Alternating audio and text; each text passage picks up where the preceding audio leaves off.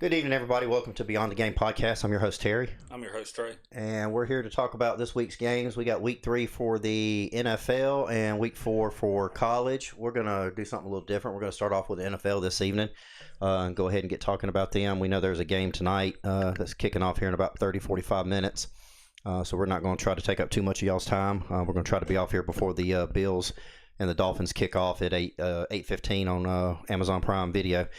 So with that being said, we're going to jump right into the schedules and start talking about tonight's game, Dolphins and Bills. What you got? Kind of just like you said, Dolphins face Bills in Buffalo tonight. Josh Allen's looked really good so far this year. The Dolphins have not. The spread on that game is going to be minus 11.5. Don't know if I'm willing to take that big of a spread on Thursday Night Football. But also on the other side of it, Miami's looked to be a liability so far this year. Yeah, Miami's got some issues down there in South Beach.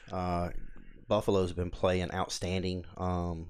Obviously, they had that big game against Baltimore last week, and Josh Allen played outstanding, or the week before last, they played outstanding. It was a short week for them this week. I think Buffalo's going to win this. Being at home, I think they're going to win big. And I think Miami's issues are going to continue to plague them as the season goes on, and more than likely probably looking for a new quarterback and a new coach by the time the end of the season hits. Yeah, they did hold the Jets last week to 10 points, which would have covered this kind of spread. But Miami Dolphins were able to put up 27 on the Patriots last weekend. So I think the offense for the Miami Dolphins has the ability to move the ball good enough to at least put up some points. That's why I would kind of lean more towards Miami covering this big of a spread. Mm-hmm. Over-under on that's 50.5. I mean, if you're going to take Buffalo with the spread, you might as well take the over as well. Right. I agree. Moving on to Sunday's games, we got the Packers and the Browns. I think this is going to be a no-brainer. I think Green Bay wins this game. I think they win it big. I do as well. I think the Packers just dog stomp the Browns. So far, the Packers have remained somewhat healthy, unlike every other team in the NFL right now. Yes. With their elite defense, I can easily see Green Bay covering the spread of 7.5. Yeah, their defense is outstanding this year. They've been playing outstanding through 2 games. Their offense, Jordan Love, is distributing the ball well. He's not been making many mistakes. I think that they win this game and they win it big. And the Browns just continue to have the issues that they're having. They just need to find a better quarterback. Nothing against Joe Flacco, but I mean, it's typical Browns season with all the issues that they tend to have every year. Yeah, I can see them going down this weekend. Like, this isn't the weekend to start a rookie. Right. Facing Green Bay, you're just going to kill confidence. But I can see going 0-3, Joe Flacco hitting the bench. Possibly next weekend seeing Dylan Gabriel. Right. If he doesn't come in and do good, possibly you see Shedeur. Yeah, I agree. I agree. Which we may see Dylan in this game. They may just wait until late second quarter or maybe start of the third quarter. Yeah, or maybe it's one of those like the game is already lost. Let's see what we got. Yeah. Yeah. But typically, you don't want to throw a rookie into this kind of game. Like, they're going to be running for their life. I don't think any rookie would even want to start in this game. Yeah, I agree. Next game we got up is Colts-Titans. The Colts are picked by 4.5. I actually see this being a really good spot here for Cam Ward to pick up his first NFL win. Yeah, I think Tennessee's probably ready to win one and change the narrative that they have right now, being 0-2 with Cam. He's been playing good. I think the issue really falls on the Titans' defense right now, not being able to get key stops when they needed it, or get a takeaway when they needed it. I do think their hands are going to be a little full with the Colts, though. Daniel Jones is playing outstanding this year. But I do think that if it becomes a shootout, I think the Titans have the advantage. Yeah, I do as well. The only problem I have with picking the Titans, though, and I'll just be transparent about it, I don't think Cam Ward is surrounded by enough weapons to press the ball down the field. Right. They have Calvin Ridley, but if Calvin Ridley's having a hell of a game, and the Colts have the ability to take him away, I don't think there's a second and a third option there for Cam Ward to go to basically win this game. Right. Yeah. Moving on to the Bengals and the Vikings. Bengals are 2-0. Vikings are 1-1. I think the Bengals get their first loss. Obviously, Joe Burrow's out for 3 months with that turf toe injury that he got last week. That's going to require surgery. So also keep in mind in this game, J.J. McCarthy is going to be out as well. I think the Vikings defense is going to win this game for them. Yeah, I think Jake Browning has the ability to win this game, albeit close. Minnesota's picked by 2.5. From everything I've seen, J.J. McCarthy is going to sit the next 3 weeks. Browning has been in this spot more to basically carry this team. Mm-hmm. I actually heard something come out the other day about a possible trade between the Bengals and the Falcons for Kirk Cousins to bring in a veteran QB to lead this program while Joe Burrow's on the sideline. That might be I don't think the Bengals have the ability to pick up that kind of cap space. Right. Obviously, we all know the abysmal trade the Falcons made 2 years ago where Right. they picked up, or basically a year and a half ago, where they picked up Kirk Cousins for $100 million. Mm-hmm. I don't think the Bengals have that kind of cap space. I could see them picking up a more veteran QB, but Jake Browning has been in these positions enough to where they might just ride with him. Right. Yeah. I mean, he's been around for a while, so I think the game might be a little bit closer than what most people are thinking. But I just think it's going to come down to a defensive stop that the Vikings are going to end up getting, and maybe either a turnover or they'll get a 4th down stop, and they'll be able to seal the game for the Vikings. Next up is Steelers-Patriots. It's kind of hard to pick a side in this game. Drake May's playing a pretty decent year. So far, he has 517 yards throwing for 3 TDs. Obviously, the Steelers have Aaron Rodgers. Mm-hmm. I would tend to lean Steelers in this game. Yeah, I think if Pittsburgh can get the run game going and take some pressure off of Aaron Rodgers, and if they can get DK Metcalf going, I think the Steelers can win this game and walk away 2-1 with the Patriots being 1-2. I do think Drake May's going to have a good game. I was big on the Steelers defense at the beginning of the year. I think they have some issues that they need to hash out before they get too deep into the season, or else it's really going to affect them later. But if anybody can get that defense squared away, it's going to be Mike Tomlin. But yeah, I think this game's going to be good. But I see the Steelers walking away with it too.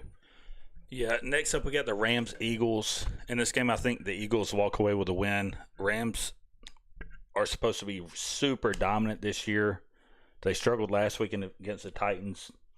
I believe the weekend before that they struggled against the Texans. Yeah. The Eagles just have an ability right now to grind out tough games, be in a defensive mindset, and we're just going to try to score 20 and hold you to 10 or 19. Like, it doesn't matter. Yeah, and, I mean, honestly, I think they're playing in Philadelphia. It's hard to beat Philly when they're at home. Jalen Hurts, he's going to do what Jalen Hurts does. Barkley's going to do what he does. I think that the Phillies defense is going to be too much for LA. I think LA is going to have a hard time. I think they will become one-dimensional before it's over with and force Stafford to have to throw the ball probably. I mean, so far he's thrown 62 times for, and 44 out of 62 with 3 touchdowns. I think he's probably going to have to throw at least 40-plus times in this game before it's over with, because they're just going to shut down their run game. And then once you make a team one-dimensional, it's lights out for the defense. So let's not forget Stafford was out most of the preseason with a back injury, and now is going against a very tough defense. Yeah. While they are kind of hurt, I don't look for him to take too many shots in this game and stay in it. Right, I agree. Moving on to the Jets and the Buccaneers. New York Jets go down to Tampa Bay to play Baker Mayfield and the Bucks. I'm picking the Bucks. I think Baker Mayfield is playing lights out since he's been moved down to Tampa Bay. Their defense is good this year. They're 2-0. They've had some close games, but they've been able to make the plays when the plays needed to be made. That's on offense and defense. I think Baker did get banged up a little bit last week from the amount of running that he had to do just to get a play. I think we will see a little bit of less of that this week.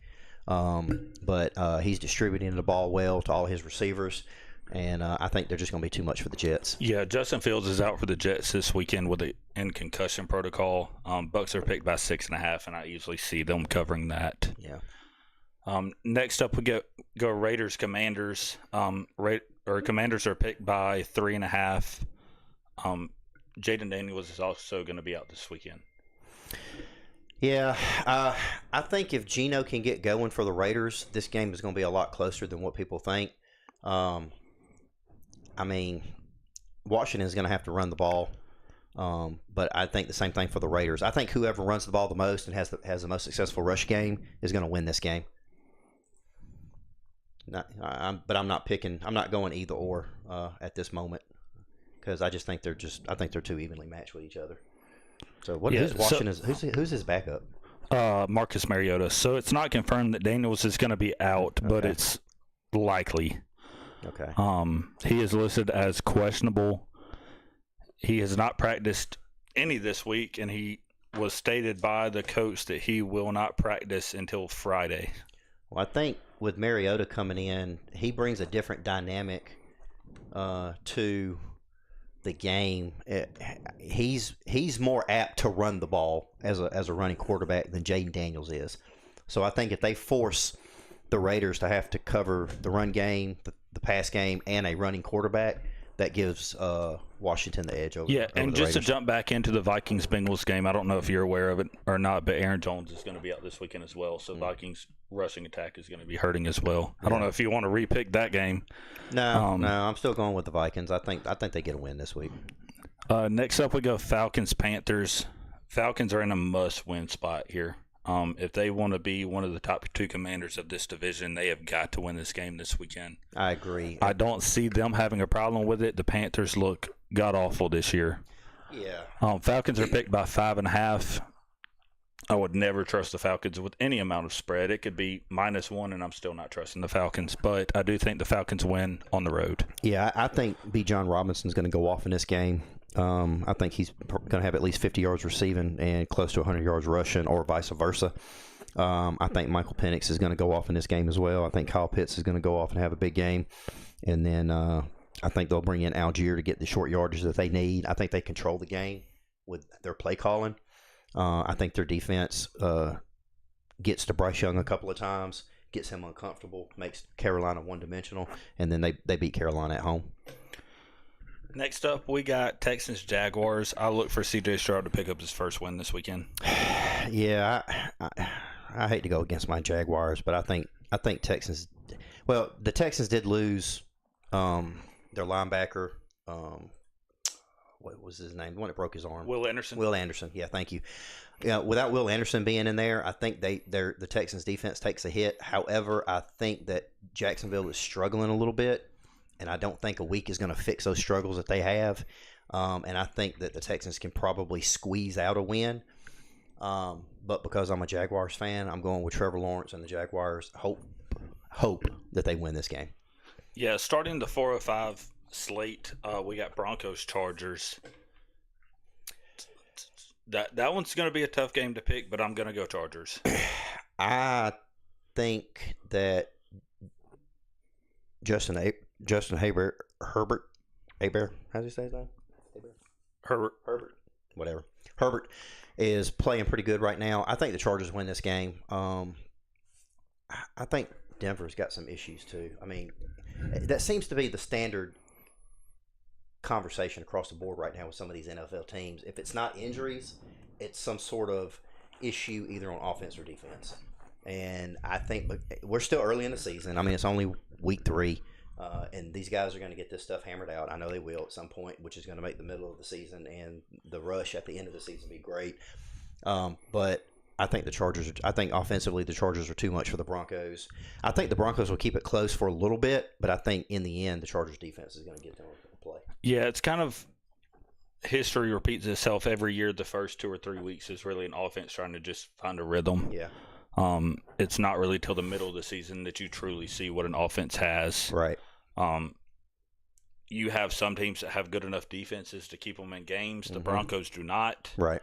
The Chargers offense looks to be clicking on all cylinders early in the season.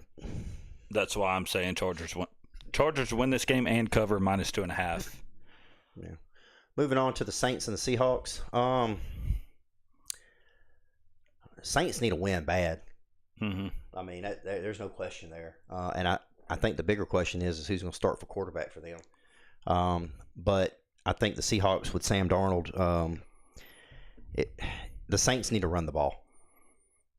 And that way, whoever their quarterback is doesn't feel the pressure to make plays every time. But if the Seahawks get going, then I think it's going to be rough for the Saints, especially going out to the West Coast. So I'm going to go with the Seahawks on this one. I will as well. I'll pick Seahawks in that game. Cowboys-Bears, who you got? I'm going to go with the Cowboys just because the Bears are a lot worse shape than the Cowboys are right now. Yeah, I can agree with that. Dallas is picked by -1.5. So obviously Vegas is saying that this is going to be a close game. Caleb Williams doesn't look good this year. No, he's struggling.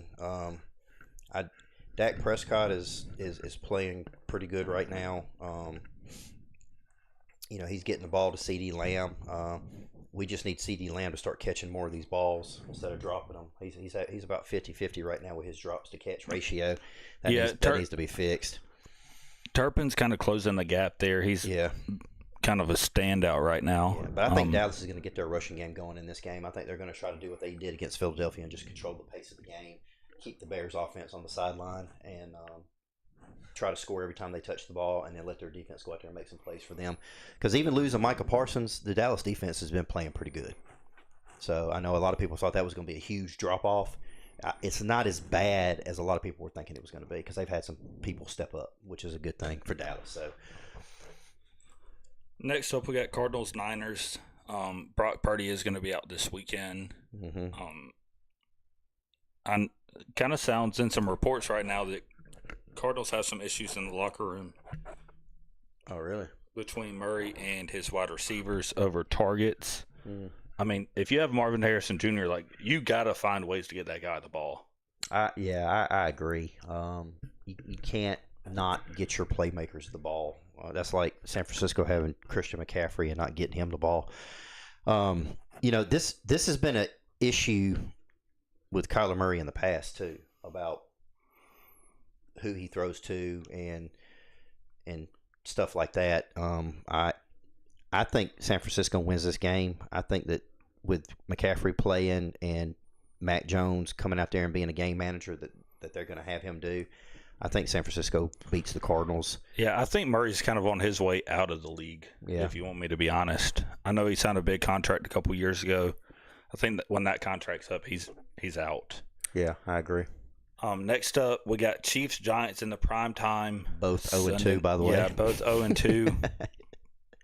I will 100% say if Russell Wilson plays like he did last weekend, Giants take this game. I agree. Yes, if we see the same Russell Wilson from last weekend with that Giants defense, then yes, they have a very, very, very good opportunity to beat the Chiefs, and the Chiefs will start the season at 0-3, which will be pretty much detrimental to them, I think. Absolutely. However, if we get the new Russell Wilson from the last 2 or 3 years, then Chiefs win it pretty handily. Yeah.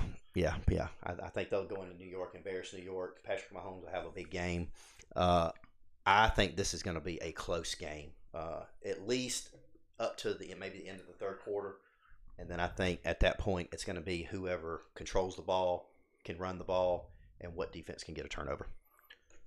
Into Monday night's primetime game, we got Lions versus Ravens. Baltimore's picked by 4.5 in this game. Tough one to pick. Lions didn't look good against Green Bay, but they look really good against the Bears, but it is the Bears. Right. This is kind of put up or shut up time for the Lions to see if they're actually going to have a good year or not. Yeah, and honestly, I would hate to be the team that would have to play the Ravens. Coming off of a loss. So I think Baltimore is going to win this game. I think Lamar Jackson is going to go out and have a huge game. I think Derrick Henry is going to go out and have a huge game. I think Baltimore's defense, Detroit's going to move the ball. Jared Goff's going to have a good game passing. They're probably going to have a good rushing attack too. But I think the adjustments are going to be made, and I think the second half, Detroit may end up becoming one-dimensional, and then that'll allow Baltimore's defense just to pin their ears back and get after Goff.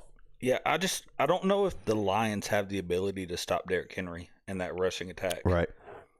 And if you get to the point where you have to respect the run in these games, you're gonna get exploited in the pass. Right. And you know they're going to stack the box at the beginning of the game. Yeah, and Lamar have a spy on Lamar because of his running ability. So you're already taking one person out just to watch Lamar Jackson. So I'm going to take Ravens in that game. I do think that's going to be a awesome game, though. Yeah, I agree. So we're going to take a short break for just a moment, and we'll jump right back into some NCAA football. Big games coming up this week. Mm-hmm. I know we got Florida, Miami, Oklahoma, Auburn, Texas Tech, and Utah. Pretty exciting games for what seems like an off weekend for most teams, or kind of in that mid-major level games. Mm-hmm. Yep. I do know College Game Day is going to be down in Miami for Miami, Florida. It's kind of their only choice this week, except for to go to Oklahoma, and I know they've already been there this year. Right. So we're going to take a short break, and when we come back, we'll discuss some college football.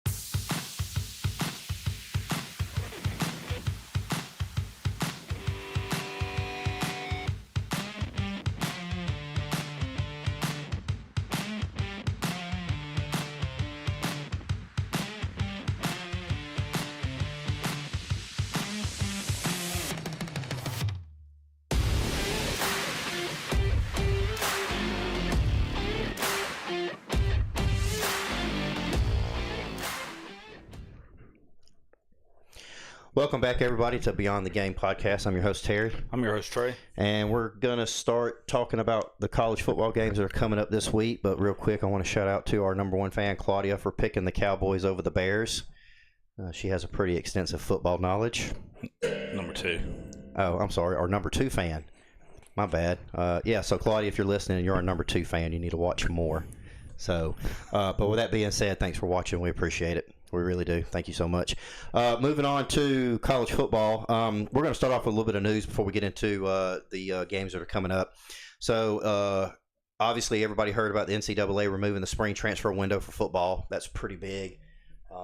That's going to make some people happy, and that's going to make some people mad.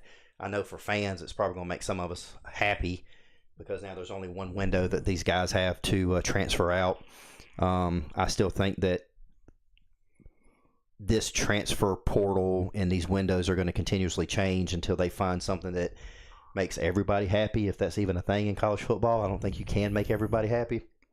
But this whole deal didn't fix the primary issue, though. Yeah, the primary issue is the fall window, where kids have to sit out of big games. Yeah, so that they can transfer. Yeah, I don't agree with that either. That's asinine to me. But I'm sure that's probably going to get tweaked at some point. I know this is something that they're going to continually talk about throughout the season and in the off season and as next year gets going. And it's our second year into the transfer portal. I mean, my personal opinion, the better way to fix it is to do away with the fall, but still have the spring. Yeah. Where if you committed as a freshman to come play football at Georgia, you have to do a whole year. Because if you transfer in the spring, you've done an entire year of academics and been on the team for a year. Right. Like Texas last year had two primary defensive players sit out of a college football playoff game because they wanted to transfer. Yeah. Yeah. And that's doing them a disservice for all the time and effort they've put in for that year. For the whole year. Yeah, and that you're essentially punishing them for wanting to make a move that's going to better them. And I think that I agree with you. The fall window needs to be critiqued and looked at and adjusted. With that being said, some news coming out of South Carolina. It looks like Sellers is questionable against the Missouri game. That hurts. And that can be big, and we'll talk about that when we get to that game. And then Colorado is turning back to Salter as their QB1. So Deion's making another quarterback change to see if they can get that offense up and running and get their season turned around. Colorado has bigger issues than a QB. Oh, I agree. I agree. Their issues are going to remain the same. Right. Jumping into some games, we do have a game on tonight. They just finished the first quarter. Rice is up on Charlotte 7-3 in the American Conference. Mm-hmm.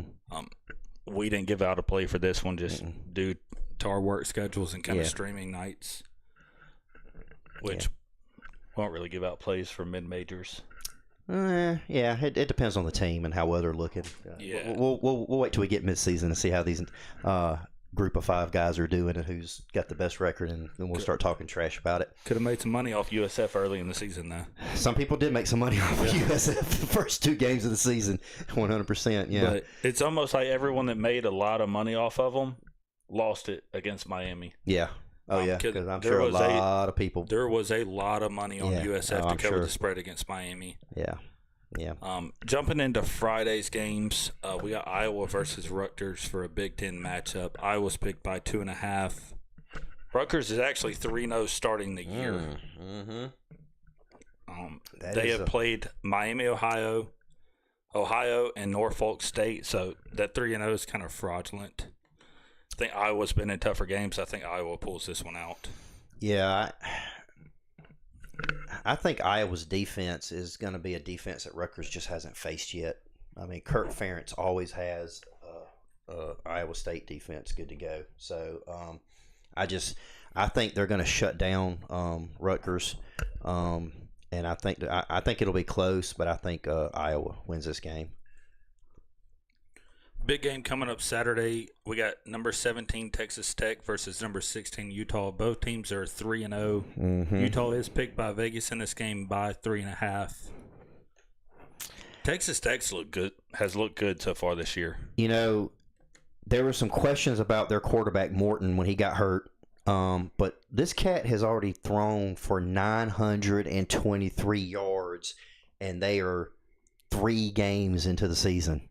This is 11 TDs. Yeah, this is classic Texas Tech football.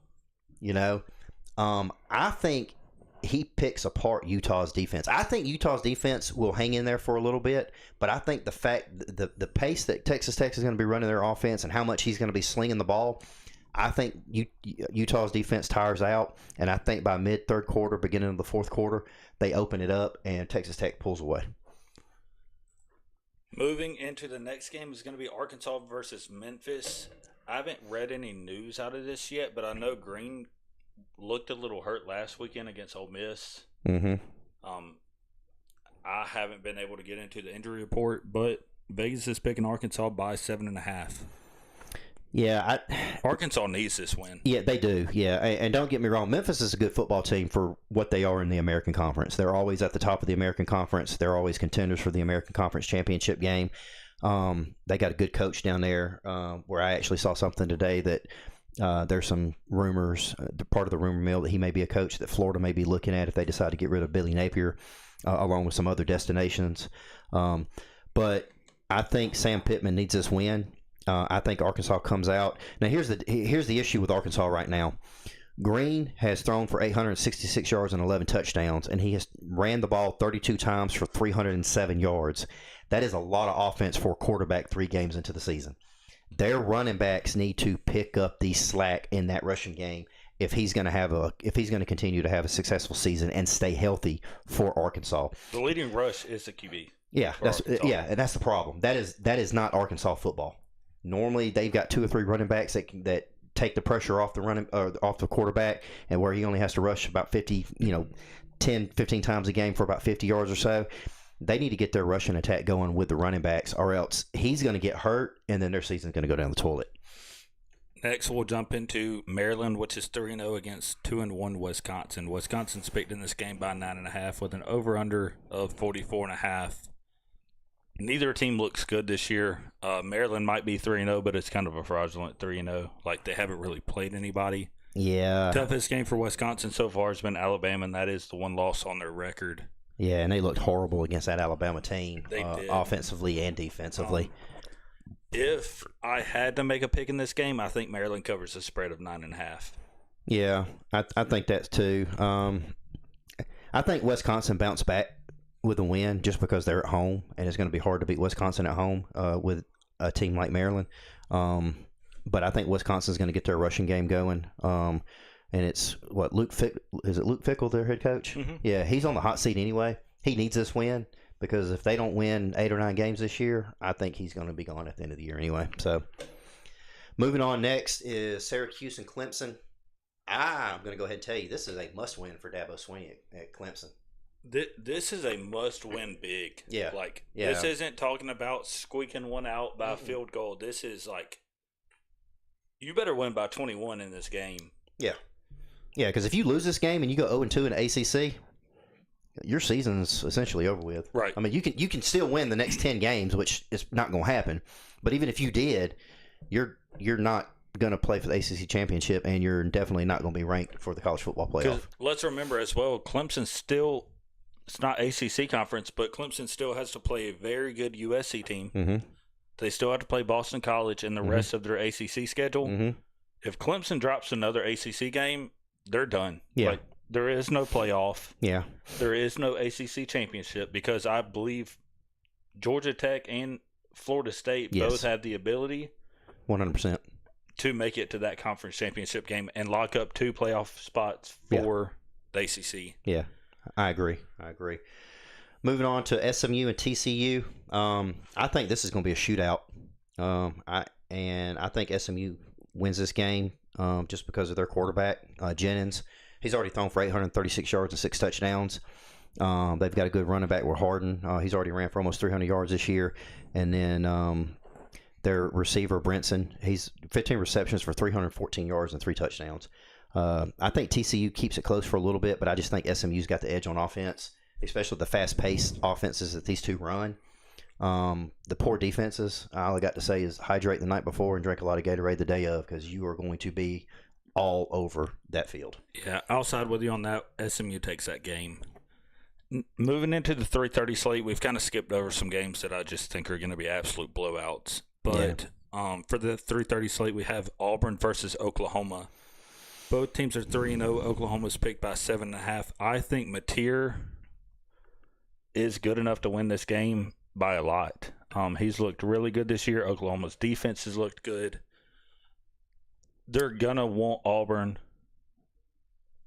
to run the ball to where they're forced to pass it. Oklahoma's going to try to shut down that rushing attack. Yeah, Oklahoma's got one of the top pass defenses in the country right now, but they are giving up some yards on the running side of the ball. I think if Auburn can get their running game going and they can establish the line of scrimmage, I think that they can control the game. They can keep Oklahoma's offense on the sideline. They can eat clock and then let Auburn's defense get out there and do what Auburn's defense knows how to do. Then I think Auburn can pull this out and beat Oklahoma. I'm going to go with Auburn, and we'll see what happens. Yeah, I'm going to pick Oklahoma in that game. Picks Auburn. Staying in the 3:30 slate, we're going to say Michigan, Nebraska. Michigan's in a must-win spot. You going to skip over Tulane and Ole Miss? Yes. No, you can't do that. Yes. Tulane's going to give Ole Miss a hard time. No. Yes. No. At least for half. No. All right, I'm going on record to say that Tulane's going to keep this game a lot closer than what Ole Miss is going to do. Ole Miss will win, but they're going to be given a scare. No. But in the Michigan, Nebraska, Michigan's in a must-win spot. Yes, they are. I mean, Nebraska is too. I wish so much that this podcast could reach more and he could understand to throw the damn ball. The last game Michigan had, huge spot, Michigan, Oklahoma, and he would not throw the football. I think, and it's like watching Mark Rich football. Yeah. We're going to play to not lose, but we're not going to play to win. Yeah, Bryce Underwood has only thrown the ball 80 times this year. And Haynes, their running back, has carried the ball 50 times for 388 yards, and Underwood only has 628 passing yards versus Dylan Raiola, 829 passing yards for Nebraska, and then Johnson, Nebraska's running back, 326 yards. I think this is going to come down to the wire, and I think whoever has the least amount of mistakes and whoever gets the most takeaways is going to win this game. And I think Nebraska has an opportunity to win this game and send a message to the college football world that they're back. And this is the big game that Matt Rule needs to get off of the hot seat, and they're playing in Nebraska. I think it's going to be difficult for Michigan to win this game. And I go ahead and tell you, Nebraska wins this game, they're ranked in the top 25 next week. I can see that as well. Explain to me how Notre Dame is still ranked in the top 25. I had the same kind of aggravation. I mean, they're 0 freaking 2. I hope Purdue beats that ass on Saturday. The rankings are the biggest bullshit that you will ever see, because Notre Dame started number 6 in the country this year. Yeah, and then they've been embarrassed 2 weeks in a row. The press comes out and says, oh, well, they're not losing that big. It does not matter. If you are 0-2, you should not be ranked above teams that even have one win. North Carolina is sitting at 2-1. They got their ass beat first game of the year, but they're still 2-1, and Notre Dame's sitting here 0-2, but we're going to rank them 24th. I mean, Scott Frost is 2-0 down at UCF. I mean, that's enough to be ranked in the top 25. You think they're going to make that spread on that Notre Dame Purdue game? I do. Purdue's. I mean, it's Purdue. I get it, but Purdue's historically been terrible. But in a game like this where it's 25.5 and Notre Dame's trying to prove a point, it's kind of hard to pick whether or not they cover that spread. Hopefully, Purdue makes this a lot more is a lot closer with this than what people think, and they make it a good game, and it just shows how much Notre Dame does not need to be ranked right now. A big spread I will take this weekend is Georgia Tech's picked by 23.5 against Temple. Georgia Tech covers that all day. Yeah, Georgia Tech's actually ranked 18th in the country right now. They are. Big games for the 7 slate: South Carolina versus Missouri. If Sellers doesn't play this game, Missouri wins pretty easily. I agree. I think Missouri goes 4-0 if Sellers doesn't play, and then I think South Carolina falls to 2-2. They need Sellers to come back. I mean, that's what makes that offense click. That's who they need for the stretch. Mm-hmm. But yeah, and I think with a win here, Missouri breaks the top 20, if not the top 15. I just think that the fast-paced offense that Missouri is going to be running is going to be too much for South Carolina's defense, because South Carolina's offense may not be able to hang on to the ball long enough to give their defense time to rest. Yeah. So I mean, but yeah, I agree with you. I think Missouri wins that too. Into a big game, Billy Napier. Do not screw me again this week. Florida, Miami. Miami's picked by 9.5. Over under 51.5. I think Florida's defense has the ability to keep them in this game as long as DJ Lagway does not throw 6 interceptions or fumble the football. If Florida can limit their mistakes, move the football down the field when he needs to, they have the ability to walk away with this game. I said this last week, and I'm going to stick to it. Billy Napier needs to quit calling the damn offensive plays. I mean, and because his play calling last week was abysmal. It was horrible. It sucked. And all it showed was that the guys on the offensive side of the ball were struggling. And it showed a lack of player development with Lagway. His mechanics were horrible. Horrible. He looked like a 6th grade junior high quarterback out there just slinging the ball just to try to get points. It was ridiculous. Son, you're playing for one of the top programs in the country. And if you're not getting developed right, then that's a coaching issue. And then obviously something needs to change. And I'm going to go ahead and tell you, I heard a rumor. Don't know if it's true. This may be Lagway's last game before he redshirts and hits the transfer portal. You think so? I heard a rumor.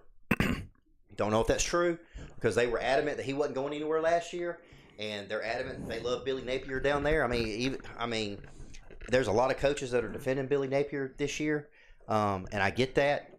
But if the roles were reversed, would he be defending you? And you can see the lack of player development on the offensive side of the ball, and that has been the issue at Florida since Dan Mullen left. The only issue we had with Dan Mullen is that he just didn't recruit enough offensive linemen and defensive players. It was all offensive playmakers. And I don't know if Florida, if they can't fix the mistakes, then Miami's going to embarrass Florida. And it's going to be probably win by 21, if not more.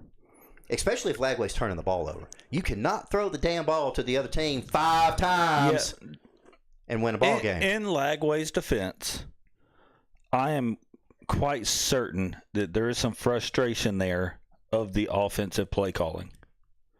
You still don't throw it to the other team because you're pissed off at the play call. That's high school shit. But if the play calling is bullshit, you're going to try to force the ball down the field. And that's decision making, which is player development, which is a coaching issue. If anybody in Florida's athletics administration ever sees this podcast, it's a coaching issue. We ought to send you a letter, application for offensive coordinator for the University of Florida.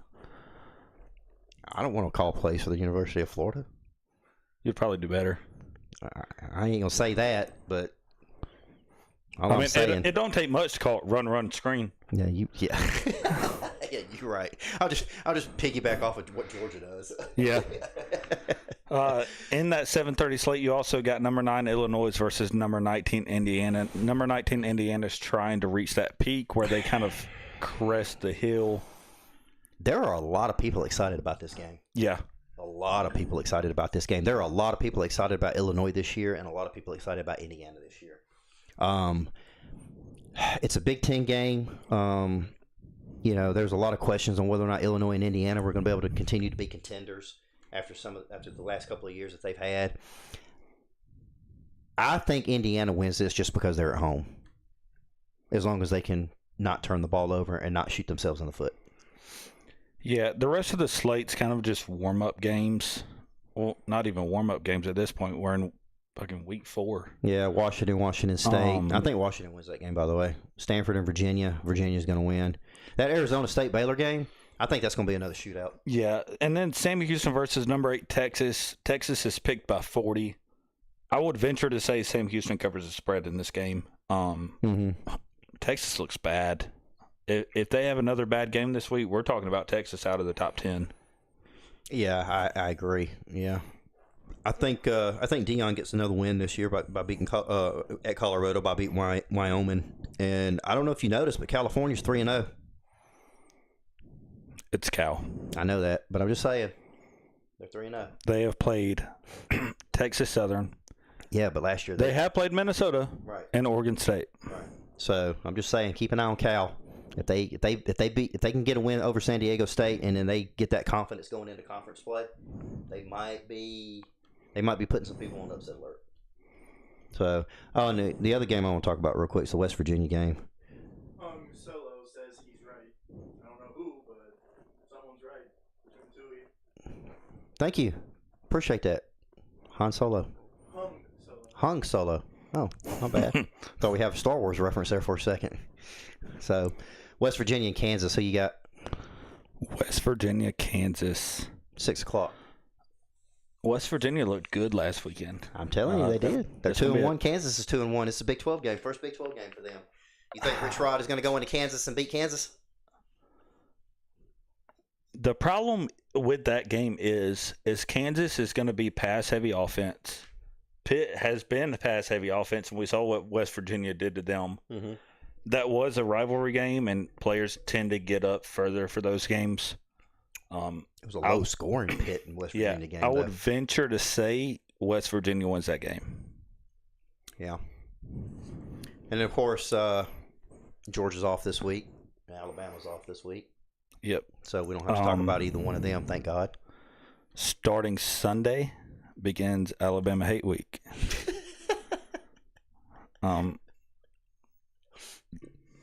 Kalen DeBoer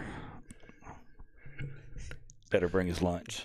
That's all I got to say. If my dad's watching this, he's a diehard Alabama fan. I'm sure he's probably screaming Roll Tide right now. Yeah, straight down the bowl. Well, that's all the games that we have for this week. It's a light week, I would say. It is a light week. Before we get into conference play for a lot of people next week. I mean, we've had a few conference games, obviously, but a lot of people are done with their little out-of-conference games, and we start getting into the meat of conference play starting next week, which is going to be interesting for a lot of the conferences, especially the ACC. I still think Georgia Tech and Florida State are the top 2 in that conference right now. I think Georgia and LSU are going to be the top in the SEC right now until some of these other teams can prove me wrong. Yeah, just looking ahead to next week, we have some ginormous games that will have playoff implications. We got LSU, Ole Miss, Auburn, Texas A&M, Georgia, Alabama, Oregon, Penn State, Notre Dame, Arkansas, Georgia Tech, Wake Forest, USC, Illinois, Iowa State takes on Washington, Florida State takes on Virginia, Kentucky takes on South Carolina in South Carolina. These are some big games next week. Like, if you're not in front of Tennessee plays Mississippi State, if you're not in front of a TV next week using a little multi-view ESPN, or if you have 4 TVs dialing into that, you are going to be missing out. I know we're going to be dialed into it watching for sure. Yeah, and we'll talk more about these games as we get into next week, after we get our review done next week.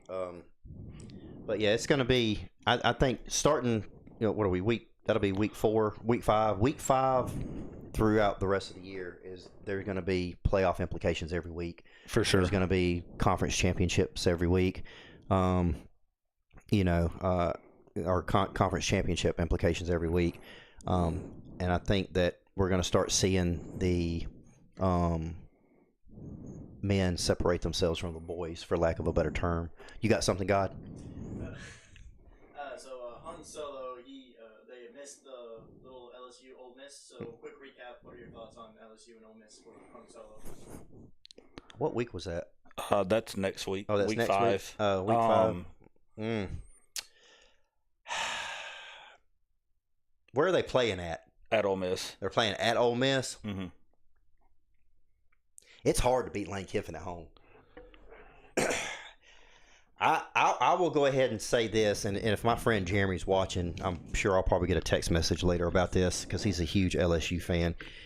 If Ole Miss can run the ball, establish a run game, and if they can not shoot themselves in the foot with penalties and turnovers, I think that they can give LSU a loss. Yeah, the thing is like what we've seen out of Ole Miss so far this year is, especially in that Kentucky game, they can win the nitty-gritty games where you have to be defensive-minded and just stick in there and finally just lay on them to win a game. I think Ole Miss forces Garrett Nussmeier to make mistakes. Ole Miss walks away with that game. They have not posted a spread, but I would expect this spread, LSU Ole Miss, probably to favor LSU, at least by 2.5. Yeah.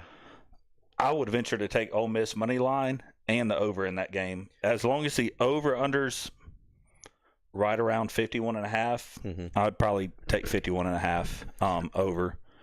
And if LSU struggles on offense, then look for Ole Miss to exploit their defense, just because their defense is going to spend a lot of time on the field, and everybody knows that when Lane gets his offense rolling, it is hard for a defense to keep up when they are tired. Yeah, so Lane also likes to be heavy tempo offense. So if Ole Miss has the ability to keep LSU's offense off the field and run tempo defense, you're going to see Ole Miss walk away with that game. Yeah. Wouldn't be shocking to see LSU take their first loss. We're talking about 2 plays away from LSU having their first loss against Florida last weekend.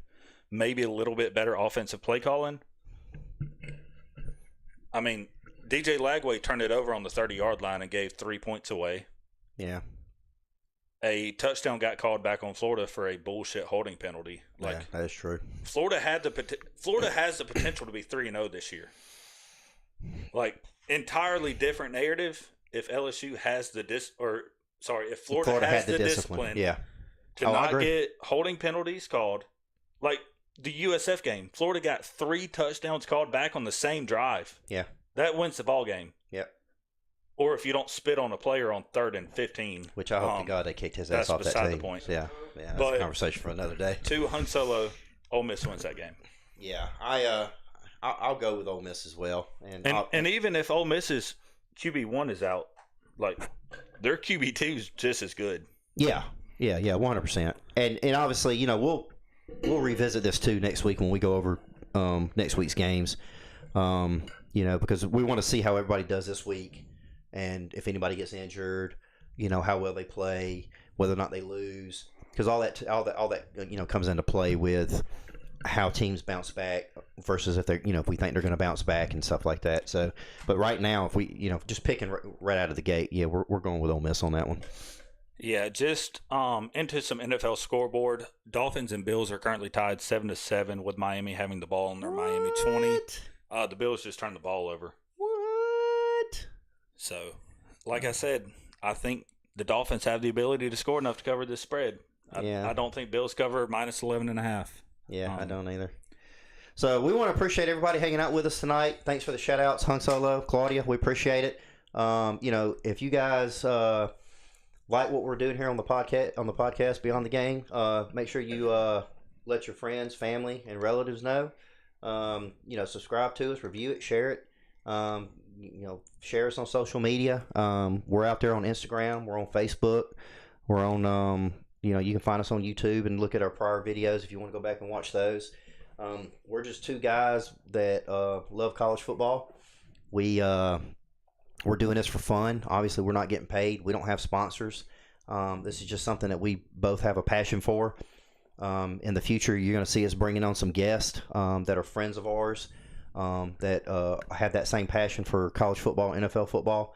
And we just appreciate everybody hanging out with us and engaging with us. If you've got friends that like to talk about this stuff and would be willing to engage with us, let them know. Tell them to come join us. And we sure do appreciate it. You can email us at beyondthegamepodcast6@gmail.com and shoot us an email and we'll check it. And we'll typically try to get back to you within 24 to 48 hours. We do work for a living. Or you could reach out to us on our Instagram and our Facebook. I think that's pretty much it for tonight. Everybody enjoy these games this weekend, and y'all be safe. Go Dogs. Go Gators.